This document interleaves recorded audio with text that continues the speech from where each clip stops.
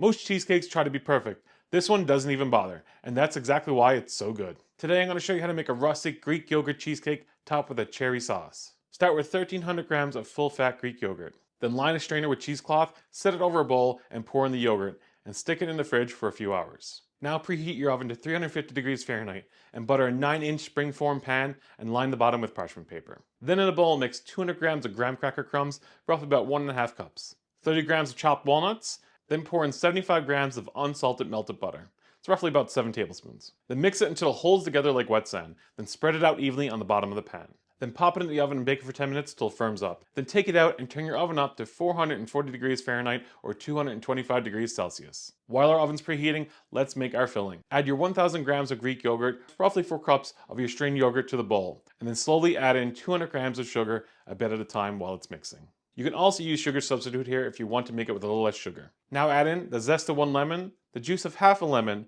1 tablespoon of cornstarch, 2 tablespoons of vanilla paste, and a pinch of salt. Then let that mix on low until everything's combined.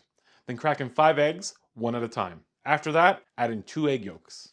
While you're adding your eggs, make sure your mixer's on low. You just want it blended, not whipped full of air. Now pour the filling over your crust and tap the pan gently to get rid of any big bubbles. Now bake it at 440 degrees Fahrenheit for 10 minutes. Now the high temp right at the start is going to give it a dark top. Yogurt's got natural sugars, lots of protein, so it reacts fast. It browns and sometimes it's going to crack. So don't get upset if your cake browns or cracks. It's meant to with this cake. After 10 minutes, drop the heat to 200 degrees Fahrenheit or 100 degrees Celsius and let it go for an hour and a half. When it's done, take it out and let it cool. Also run a knife around the outside of the cake just to help it release from the pan. Then let it cool for 2 hours and then move it to the fridge and let it chill for at least 4 hours, but overnight is better. Once your cheesecake is chilled and set, run a knife around the edge and pop off the springform ring.